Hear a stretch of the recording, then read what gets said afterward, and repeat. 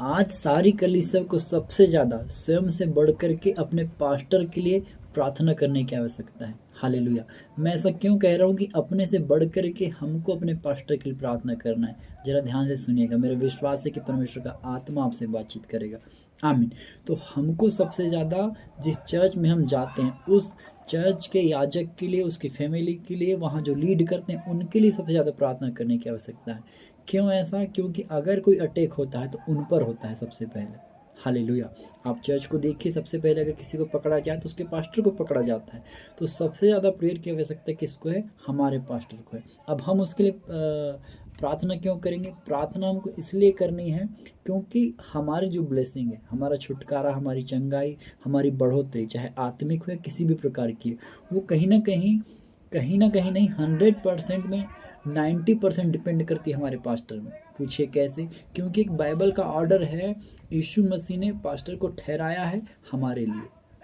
हम अगर चर्च जा रहे हैं तो कहीं ना कहीं हमको किसी ने गॉस्पल दिया और वो पास्टर ही होगा। हालेलुया। और उसके द्वारा दैट मीन्स एक सोर्स है, एक सोता है। हम डायरेक्टली कहीं से पानी नहीं ले सकते हैं। नल है या फिर तालाब है और जल के बहुत सारे माध्यम है जहाँ से हमको पानी मिलता है। तो वैसे ही हमारे लिए मध्यस्थता करने के लिए एक पास्टर है। तो अगर वो अच्छा रहेगा, वो पवित्रता में रहेगा, वो फाइनेंशियली स्ट्रांग रहेगा, वो आत्मा में अच्छा रहेगा, प्रार्थना में, वचन में, उपवास में, वो जितना सामर्थ्य होगा उतना ही असर हम पर होगा। क्योंकि वो एक पेड़ है, पेड़, और हम उसके नीचे बैठने वाले हैं। तो जितना पेड़ मजबूत होगा उसके नीचे बैठने वालों को छाया भी मिलेगी, फल भी मिलेगा। हालेलुया। तो पास्टर जितने अच्छे से ग्रो करेगा उतने अच्छे से उसकी कलीसिया ग्रो करेगी। तो आज कलीसिया को चाहिए कि हम ज़्यादा से ज़्यादा अपने पास्टरों के लिए प्रार्थना करें। अगर हम बाइबल को भी देखें तो जब पतरस जेल में गया तो कलीसिया को होश आ गया कि अब हमको प्रार्थना करना पड़ेगी। और प्रार्थना प्रेरितों के काम सिखाता है कि कलीसिया लौ लगा करके प्रार्थना करने बैठ गई और परमेश्वर ने पतरस को छुड़ा करके लेकर के आया। हालेलुया। एक एग्जाम्पल से हम सीखते हैं। देखिए, एक परिवार है, उसमें एक पापा है, मम्मी है, भाई बहन है और चारों लोग कमाते हैं। तो पापा कमाते हैं 50,000 रुपये।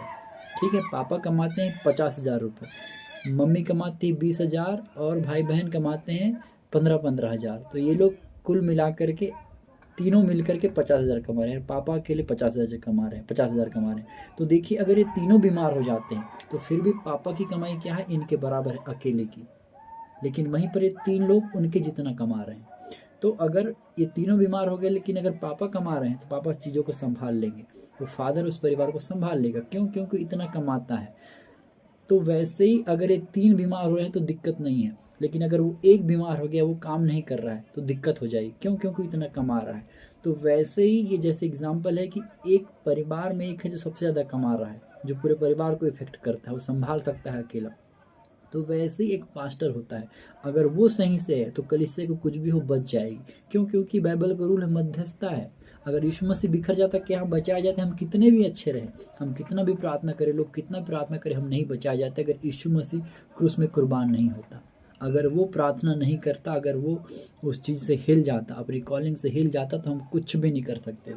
तो वैसे ही आज पास्टर अपनी कॉलिंग से, अपने अभिषेक से, उस पवित्रता से भटक रहे हैं। उसकी वजह से कलीसिया भटक रही है, क्योंकि ये सोर्स है। मैं फिर कहना चाहता हूँ, यीशु मसीह अगर अपने काम को पूरा नहीं करते, हम कभी भी परमेश्वर को, स्वर्ग को, पवित्र आत्मा को नहीं पा सकते। तो यीशु मसीह ने दाम को चुकाया और यीशु मसीह ने अपने चेलों को वहाँ पर ले जा करके क्या कहा? प्रार्थना करो मेरे लिए। हालेलुया। यीशु मसीह ने अपने चेलों को कहा, क्या कहा? प्रार्थना करो मेरे लिए, प्रार्थना करो मेरे साथ का। तो आज उस समय यीशु मसीह को पता था कि मेरे को प्रार्थना की आवश्यकता है। वो स्वयं परमेश्वर करके बोल रहा है, मेरे साथ प्रार्थना करो, मेरे लिए प्रार्थना करो, मेरा मन व्याकुल है। तो आज कहीं ना कहीं पास्टरों को कहीं ना कहीं बोलने का मतलब ये है, किसी भी वजह से वो भटके हैं, कमजोर हुए हैं आत्मा में, तो आज हमको एकचित होकर के अपने याजकों को सबसे ऊपर प्रार्थना में उठाना है। और जब वो उठेंगे, आप देखिएगा हम ऑटोमेटिकली हम उठने लगेंगे, क्योंकि वो फिर हमारे लिए प्रार्थना करेगा। अगर यीशु मसीह खुद ही कमज़ोर हो जाते, खुद ही उस लड़ाई को नहीं लड़ पाते, तो क्या आज हमारे लिए प्रार्थना करते? पर वचन सिखाता है कि हमारे लिए प्रार्थना कर रहे हैं। तो जब एक याजक जागेगा तो प्रार्थना करेगा। अगर एक याजक अच्छा होगा, पवित्रताई में होगा, परमेश्वर के संबंध में अच्छा होगा, तो हमारे लिए प्रार्थना करेगा। और वो हमको लगेगा, ओरली बोलना यीशु मसीह के नाम में चंगा हो जाए, कहाँ वो लोग चंगे हो रहे हैं? क्योंकि यीशु मसीह एक नाम नहीं है, यीशु मसीह एक चरित्र है। तो जब एक याजक उस चरित्र में आकर बोलेगा यीशु मसीह के नाम में ऐसा हो जा, अंधा देखे, लंगड़ा चले, बहरा सुने, मुर्दा जी उठे, वो होगा।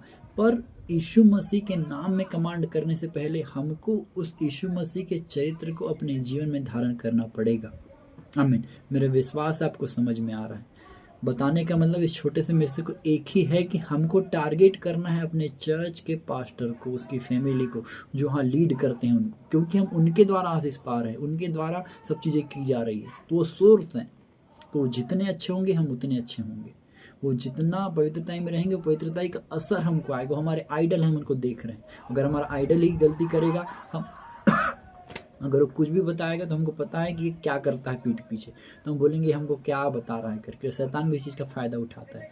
तो खुदा के प्रियो, अगर आप तक ये मैसेज पहुंचा है तो प्लीज़ ज़्यादा से ज़्यादा इन दिनों में अपने पास्टरों के लिए प्रार्थना कीजिए।